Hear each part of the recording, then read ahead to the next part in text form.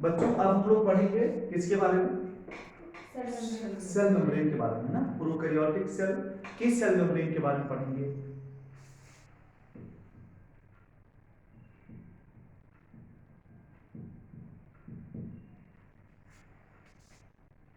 Prokaryotic cell membrane के बारे में।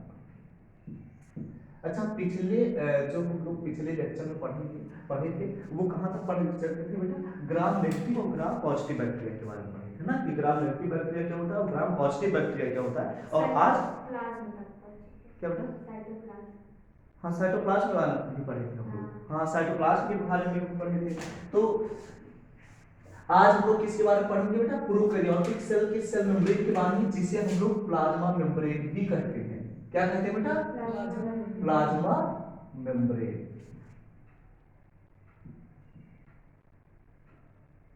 क्लियर हुआ बेटा? चाहे सेल मेम्ब्रेन बोलिए चाहे प्लाज्मा मेम्ब्रेन बोलिए। अच्छा, और किसके प्लाज्मा मेम्ब्रेन के बारे में पढ़ना बेटा? प्रोकैरियोटिक सेल के बारे में। प्रोकैरियोटिक सेल के बारे में मैंने क्या बताया था कि प्रोकैरियोटिक सेल बेटा वो सेल होते हैं जिनमें वेल डिफाइंड न्यूक्लियस प्रेजेंट नहीं होता, जिसमें अच्छे से न्यूक्लियस नहीं पाया जाता ना। अब ये बेटा प्लाज्मा मेम्ब्रेन क्या होता है मैं आपको बताता हूँ बेटा। इधर देखिएगा, ये बेटा हो गया जैसे इस सेल में ये बीच वाला पार्ट होगा न्यूक्लियस होगा, और इसके ऊपर जो बेटा किसकी कवरिंग है? सेल वॉल की कवरिंग है। तो सेल वॉल के नीचे वाली जो inner part of the cell wall, cell wall के नीचे वाला पार्ट बेटा होता है इसे क्या बोलते हैं बेटा? प्लाज्मा मेम्ब्रेन बोलते हैं। क्या बोलते हैं?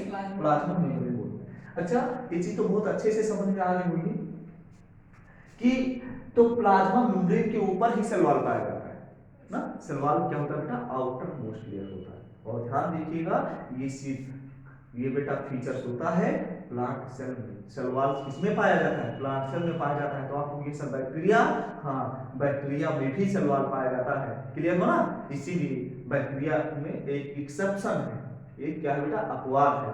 लेकिन बात ये है सेल वॉल के उसमें सेल वॉल के कैरेक्टर पाए जाते हैं, सेल वॉल पाए जाते हैं, इसी वजह से उसको हम प्लांट में भी उसका हम क्या करते हैं बेटा? स्टडी करते हैं। किस में स्टडी करते हैं? प्लांट में करते हैं। किस बेसिस पर? सेल वॉल के बेसिस पर। क्योंकि सेल वॉल तो एनिमल्स में नहीं पाया जाता।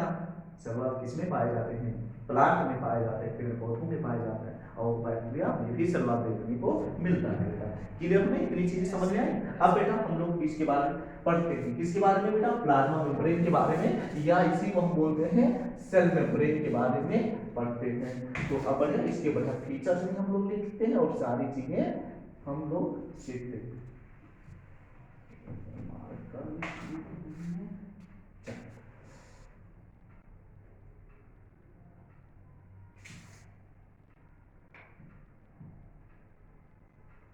तो ये बेटा पहला पॉइंट मैंने क्या बोला?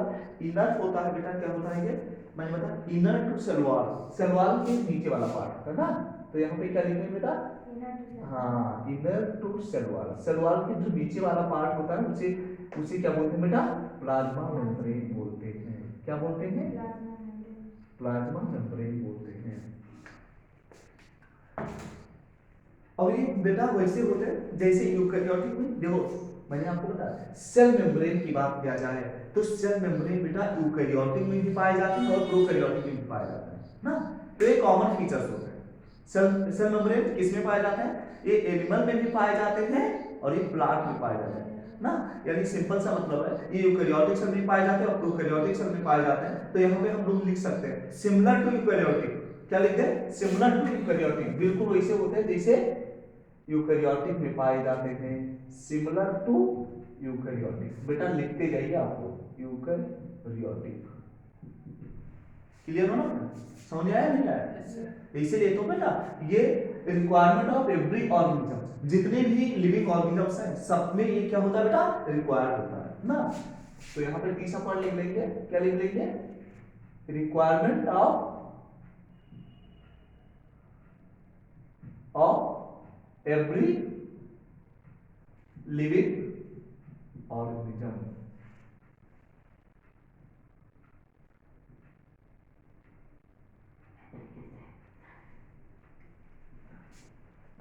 Requirement of every living organism.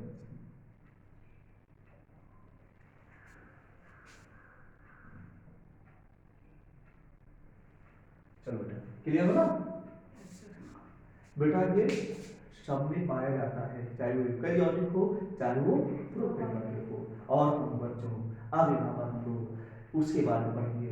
मैंने बताया कि जो सेल मेम्ब्रेन होता है वो स्टैंड हो जाता है। सेल मेम्ब्रेन क्या था? स्टैंड हो गया था। उसी को हम लोगों ने नाम दिया था मेसोसोम।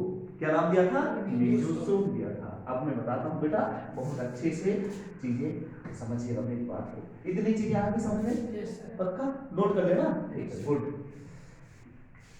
अब बेटा मैं आपको समझाता हूँ। देखो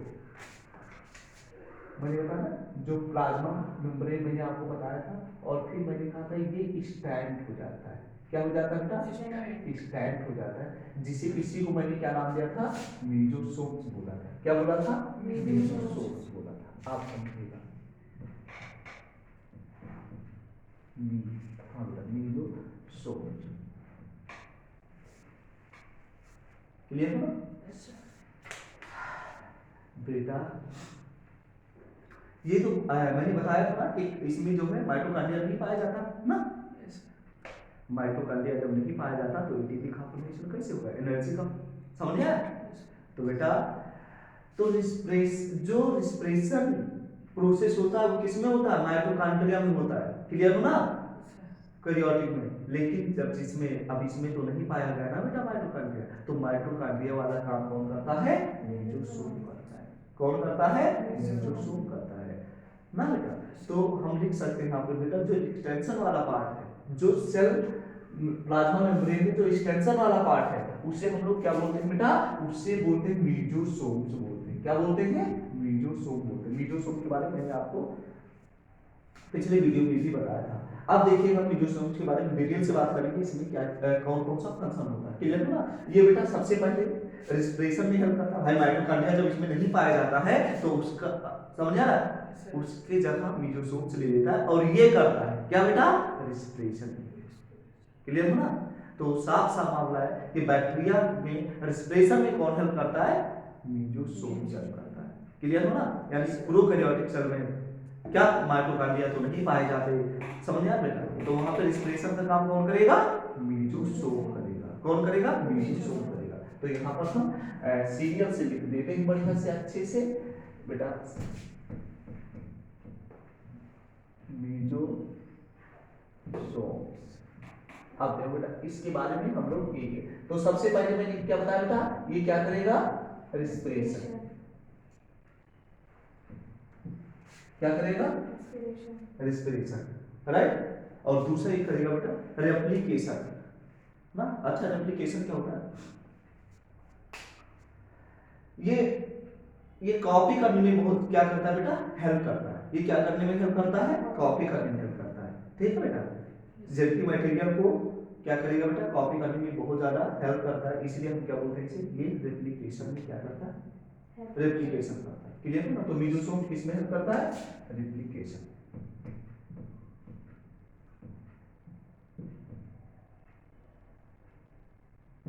एक चीज और बताऊं, जो ये बैक्टीरिया होता है बेटा बहुत तेज मल्टीप्लाई ग्रोथ करता है, मल्टीपल ग्रोथ करता है इन बेबी में। इसमें बहुत तेज ग्रोथ होता है बेटा, मतलब कुछ ही मिनट में मिलियन सा मिलियन हो जाते हैं। उसमें भी क्या करेगा बेटा? ये हेल्प करेगा। कौन हेल्प करेगा बेटा? मेसोसोम हेल्प करेगा। ठीक है, मैंने बताया ना कि बैक्टीरिया के मिलियन सा मिलियन कुछ ही मिनट में मिलियन सा मिलियन हो जाएंगे ना।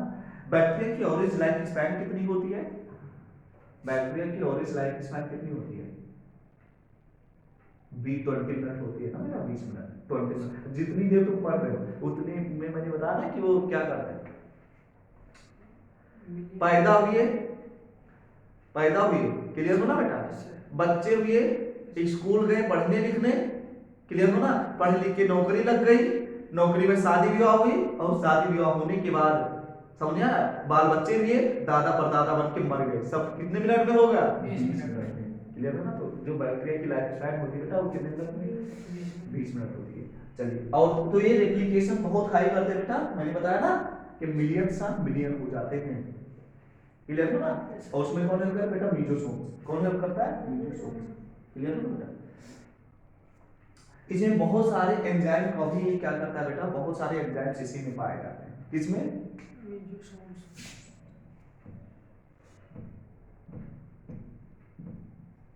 क्लियर। बहुत सारे एंजाइम क्या होते हैं बेटा, इसी में पाए जाते हैं और ये बहुत इंपॉर्टेंट बेटा, और सेल वॉल के फॉर्मेशन में हेल्प यही करता है। क्लियर हो ना बेटा, सेल वॉल के या मैंने बताया ना कि जो सेल वॉल होता है ना, outer layer of the plant cell यानी जो जिसमें सेल वॉल पाया जाता है, जिसमें फीचर्स होता है ना, तो जो सबसे आउटर लेयर होती है, तो आउटर लेयर को क्या बोला जाता है, सेल वॉल बोला जाता है। और उसी सेल वॉल का फॉर्मेशन कौन करता है बेटा, मीजोसोम्स करता है। ये प्रोकैरियोट सेल, क्लियर है ना। यानी जो बैक्टीरिया के ऊपर वाला जो पेप्टिडोग्लाइकन से बना हुआ सेल वॉल होता है, सेल वॉल किससे बैक्टीरिया में बना हुआ, पेप्टिडोग्लाइकन से बना हुआ है, क्लियर है ना।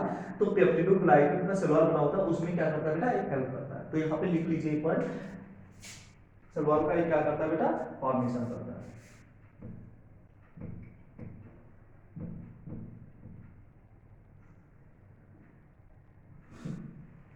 सेल वॉल का क्या करता है, फॉर्मेशन करता है और इस सेक्रेशन में भी हेल्प करता है।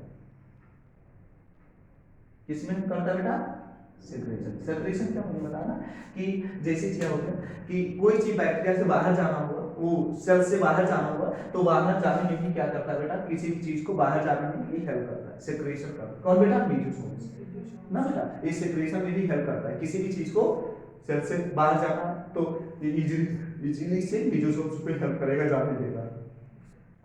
क्लियर हो ना बेटा।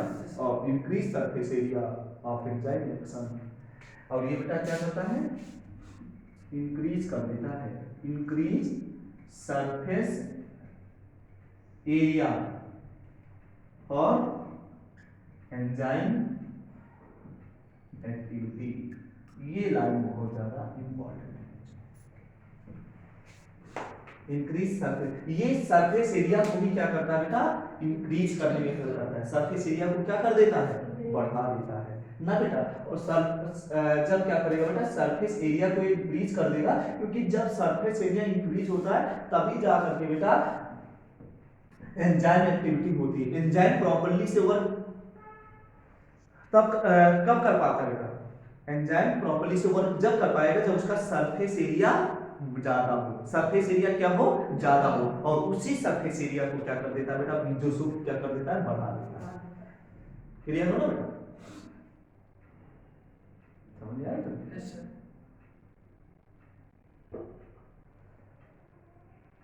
नोट कर लीजिए, नोट कर लिया, आ गया ना बेटा समझ में। देखो बेटा, मीजोसोम के बारे में इतनी चीजें बताओ, करो कि सब तो यही काम करता है। बट सिंपल सी चीज है ना, उसमें से बेटा सेल ऑर्गेनल्स के नाम पर सिर्फ राइबोसोम पाए जाते हैं। क्या पाए जाते हैं, राइबोसोम पाए जाते हैं ना। सिंगल बाउंड ऑर्गेनल्स भी उसमें नहीं पाए जाते, समझे ना। सिंगल मेम्ब्रेन बाउंड ऑर्गेनल्स नहीं पाए, डबल मेम्ब्रेन बाउंड ऑर्गेनल्स नहीं पाए जाते, यानी ना तो डबल मेम्ब्रेन वाले ऑर्गेनल पाए जाते हैं, ना सिंगल मेम्ब्रेन वाले ऑर्गेनल पाए जाते हैं। उसमें सिर्फ जिसमें कोई भी मेम्ब्रेन नहीं होता वही पाया जाता है, जैसे राइबोसोम। क्लियर हो ना। तो उसमें जो है जब सारे लगभग सेल ऑर्गेनल पाए जाएंगे तो उसमें जो है कोई तो ऐसा होगा ना जो स्पेसिफिक पूरा वर्क करेगा, वो कौन है, बेटा मीजोसोम को कभी भूलिएगा नहीं, बहुत इंपॉर्टेंट चीज है ना बेटा ना। और mesosome found in prokaryotic cell, ये किस में पाया जाता है, प्रोकैरियोटिक सेल में पाया जाता है। तो देखो बेटा मीजोसोम के बारे में ये फिर से जल्दी से रिवीजन करा दे। ये बेटा रेस्पिरेशन में हेल्प करता है, भाई माइटोकॉन्ड्रिया है नहीं, तो माइटोकॉन्ड्रिया है नहीं, तो उसमें जो है एटीपी वगैरह को जो फॉर्मेशन होगा वो किस में होगा, वो किस में होगा बेटा, मीजोसोम्स में होगा। ऐसा तो है नहीं कि बिना बैक्टीरिया बिना एनर्जी के काम करेगा ना। जितने भी लिविंग ऑर्गेनिज्म होते हैं डिपेंड ऑन,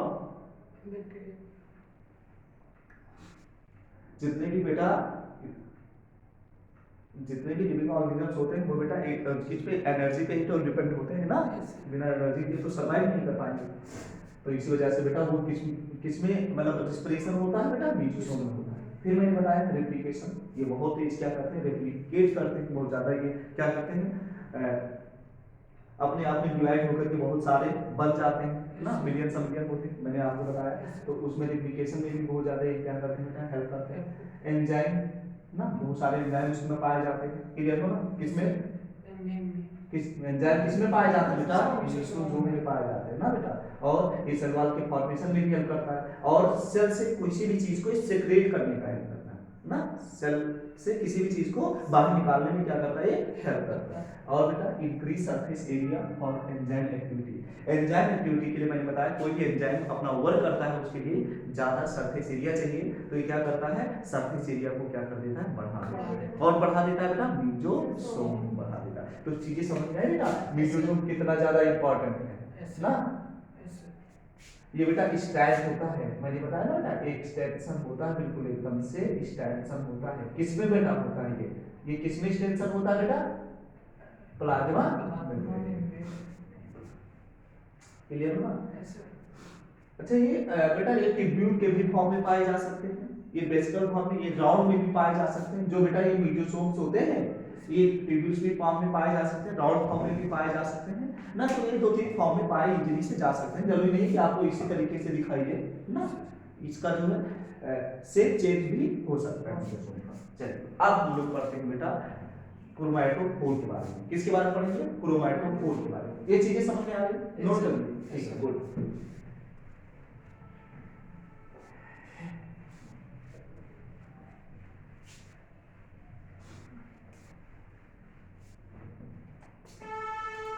अब हम लोग किसके बारे में पढ़ेंगे बेटा, क्रोमैटोफोर के बारे में। बहुत इंपॉर्टेंट चीज आपको पढ़ा रहे हैं, क्लियर हो ना बेटा। इसमें बच्चे कंफ्यूजन भी होते हैं, और जो चीजें समझ में ना आती है तो नहीं बोला करो बेटा। जो क्रोमैटोफोर पाया जाता है इन फोटोसिंथेसिस, फोटोसिंथेसिस बैक्टीरिया में पाया जाता है। अच्छा बेटा कोई बता सकते हो इसमें से फोटोसिंथेसिस बैक्टीरिया की एग्जांपल बता सकते हो?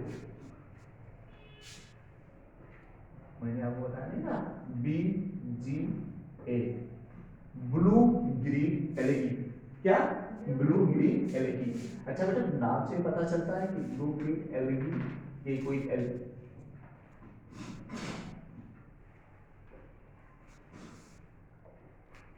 ब्लू ग्रीन एलगी, इसी को बेटा बोलते हैं साइनोबैक्टीरिया। क्या बोलते थे, साइनोबैक्टीरिया। तो तीन नाम से मैंने बताया आपको।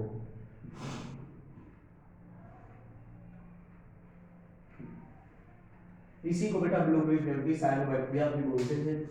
और ये ऐसे बैक्टीरिया है जो बेटा फोटोसिंथेसिस करते हैं।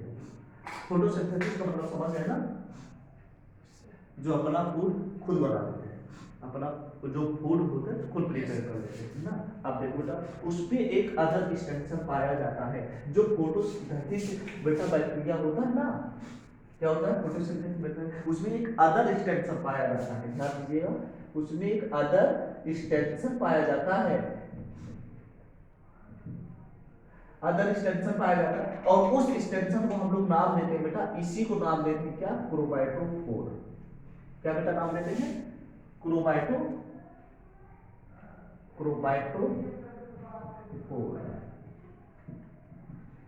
याद रख लीजिएगा बेटा, क्रोमैटोफोर नाम देते हैं। क्या नाम देते हैं बेटा, क्रोमैटोफोर। फोटोसिंथेसिस बैक्टीरिया में बेटा एक अदर एक्सटेंशन पाया जाता है जिसका नाम हम क्या देते हैं बेटा, क्रोमैटोफोर देते हैं। क्या नाम देते हैं बेटा, क्रोमैटोफोर, राइट।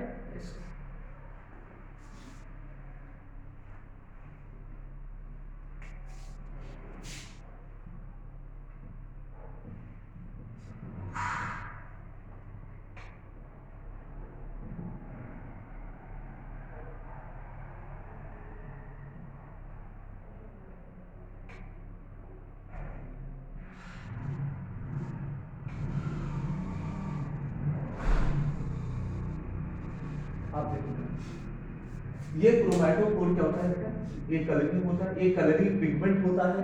कौन सा पिगमेंट होता है बेटा, एक कलरिंग पिगमेंट होता है, एक कलरिंग पिगमेंट होता है जिससे क्या करते हैं बैक्टीरिया फोटोसिंथेसिस करते हैं। समझ आ रहा है, फोटोसिंथेसिस में हेल्प करते हैं। तो फोटोसिंथेसिस में हेल्प करने वाला जो बैक्टीरिया होता है ना बेटा, तो फोटोसिंथेसिस जो बैक्टीरिया फोटोसिंथेसिस के प्रोसेस से अपना फूड प्रिपेयर करते हैं, खुद फूड को बना लेते हैं सबसे। तो बेटा उसमें कौन सा पिगमेंट पाया जाता है, क्रोमैटोफोर पाया जाता है। क्लियर है ना। और क्रोमैटोफोर एक कलरिंग पिगमेंट होता है जिसकी वजह से क्या करते हैं, जो ऐसे बैक्टीरिया होते हैं, फोटोसिंथेसिस वाले बैक्टीरिया होते हैं, वो बेटा क्या करते हैं, अपना फूड को प्रिपेयर करते हैं। क्लियर है ना। कौन सा पिगमेंट पाया जाता है, क्रोमैटोफोर पाया जाता है। क्लियर। तो बैक्टीरिया में देखो इसे मैं बता दूं, कुछ बैक्टीरिया क्या करते हैं बेटा, फोटोसिंथेसिस करते हैं, अपना फूड खुद बना लेते हैं। क्लियर ना बेटा। उसमें कौन सा पिगमेंट पाया जाता है, क्रोमैटोफोर पाया जाता है। वो कलरिंग पिगमेंट होता है और वो फोटोसिंथेसिस के लिए क्या करता है बेटा, हेल्प करता है। क्लियर होगा। तो आपको क्या क्या बेटा, मीजोसोम के बारे में पता चला और किसके बारे में पता चला, क्रोमैटोफोर के बारे में पता चला। क्लियर हो ना बेटा, क्रोमैटोफोर के बारे में पता चला। अब हम लोग पढ़ेंगे बेटा सरफेस स्ट्रक्चर के बारे में, पर छोटा सा टॉपिक ये सरफेस स्ट्रक्चर पढ़ लीजिए बेटा। क्लियर। तो ये बस बेटा नोट कर लीजिए।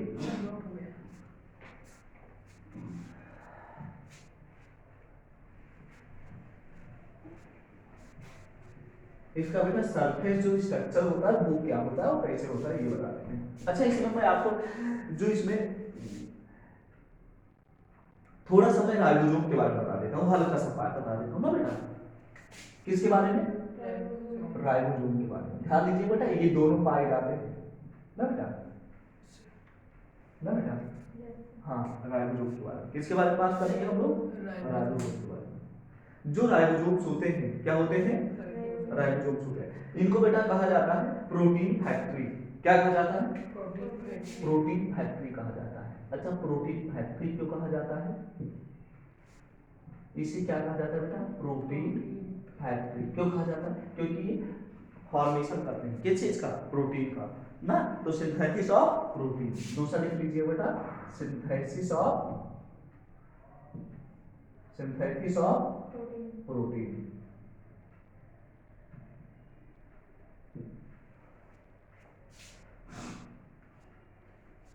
इसमें कोई मेम्ब्रेन नहीं पाया जाता, तो यहाँ पे हम बोल सकते हैं ना, एक कोई मेम्ब्रेन नहीं पाया जाता, ना सिंगल ना डबल, तो यहाँ पे मेम्ब्रेन लेस बोल सकते हैं। ये मेम्ब्रेन लेस होते हैं, ये क्या होते हैं बेटा, मेम्ब्रेन लेस होते हैं। और दूसरा चीज मैं बता देता हूँ आपको, ये क्या होते हैं बेटा, मेम्ब्रेन, और ये स्मॉलेस्ट ऑर्गेनल्स होते हैं। सबसे अच्छी चीज ये समझ लीजिएगा कि जो सबसे स्मॉलेस्ट ऑर्गेनल होते हैं वो कौन होते हैं, राइबोसोम ही होते हैं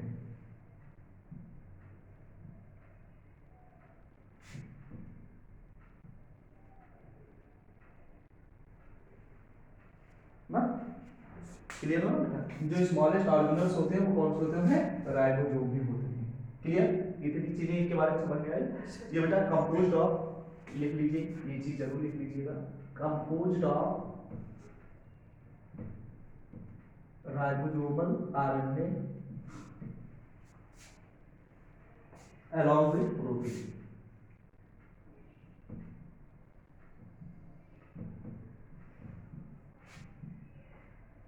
बस इतना लिख लीजिए। ये बेटा कंपोज होते हैं किसके साथ, आरएनए along with प्रोटीन ना बेटा, दोनों से ये क्या होते हैं, कंपोज होते हैं। इतनी चीजें समझ में आएगी आपको। देखो बेटा ये राइबोसोम जो होता है बेटा, इसे क्या बोलते हैं, प्रोटीन फैक्ट्री बोलते हैं, क्योंकि प्रोटीन बनाने में क्या करता है बेटा, हेल्प करता है। एक मेम्ब्रेनलेस होते हैं। क्लियर हो ना बेटा, ये क्या होते हैं, मेम्ब्रेनलेस होते हैं, और इसमें कोई मेम्ब्रेन नहीं पाया जाता। ये स्मॉलेस्ट ऑर्गेनल होते हैं, ये सबसे छोटा ऑर्गेनल होता है। क्लियर हो ना बेटा। और ये कंपोज्ड ऑफ, ये जो कंपोज होते हैं किससे होते हैं, RNA and along with protein, और प्रोटीन से क्या होते हैं, कंपोज होते हैं। आप बेटा जल्दी से आगे देखिए, ये नोट कर लिया था बेटा, गुड। अब जल्दी से हम लोग पढ़ते हैं सरफेस स्ट्रक्चर। क्या पढ़ते हैं, सरफेस स्ट्रक्चर। देखो बेटा मैं आपको सरफेस स्ट्रक्चर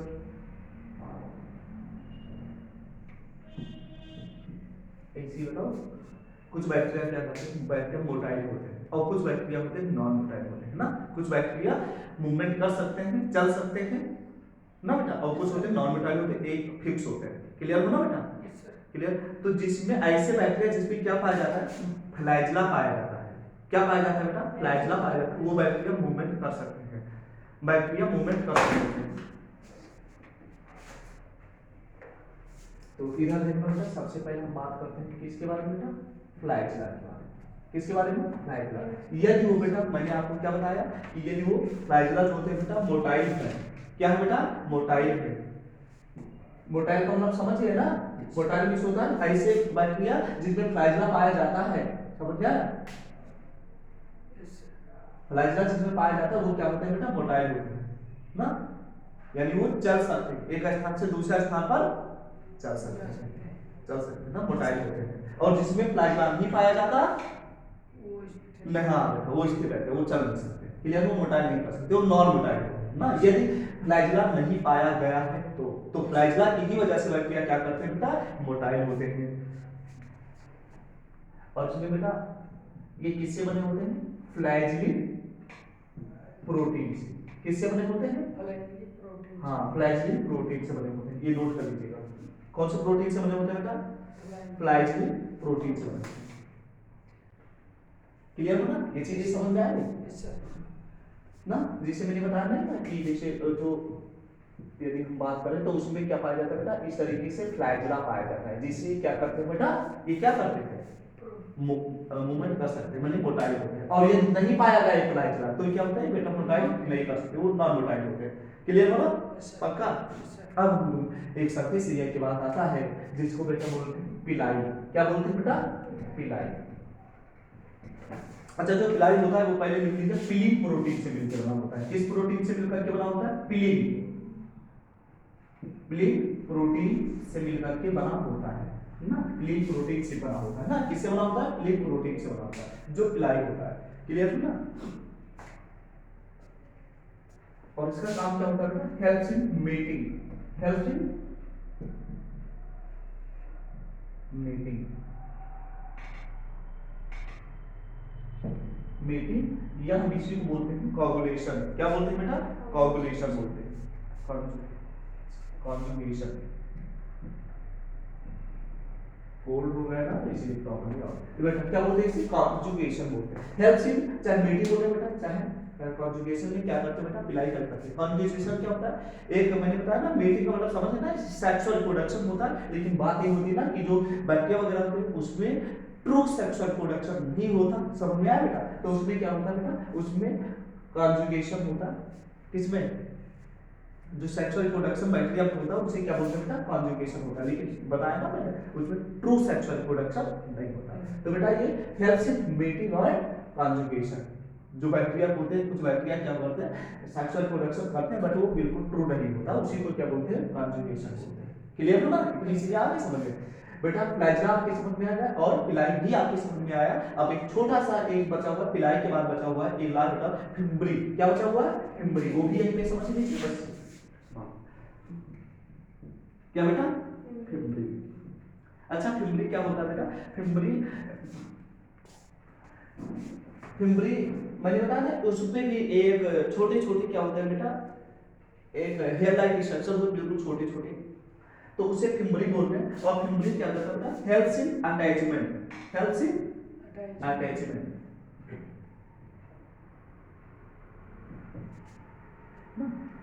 बिल्कुल एकदम से बताया ना कि, और ये कैसे दिखाई देते हैं बेटा? ये बिल्कुल एकदम से ब्रिस्टल लाइक स्ट्रक्चर होते हैं। किस लाइक स्ट्रक्चर होते हैं? ब्रिस्टल लाइक स्ट्रक्चर होते हैं ना। तो फिम्बरी का स्ट्रक्चर कैसा होता है बेटा? ब्रिस्टल लाइक स्ट्रक्चर होता है।